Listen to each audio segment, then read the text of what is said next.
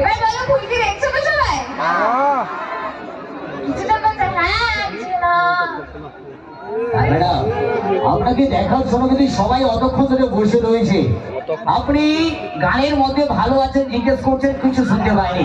আপনারা আমরা ডান্স করেছি, গান করেছি, হাতের তালি পাইনি। শুধু আপনার জন্য সকল মামাজি বোন হাতের তালি পুরো অবশ্যই অবশ্যই আমরা বরণ পর্বে ফিরে যাবো, তারপরে কথা হবে, গান হবে, আড্ডা হবে, মজা হবে। তুমি আমাকে একটু সাহায্য করো অবশ্যই আজকে সাহায্যের জন্য তো আমি আছি।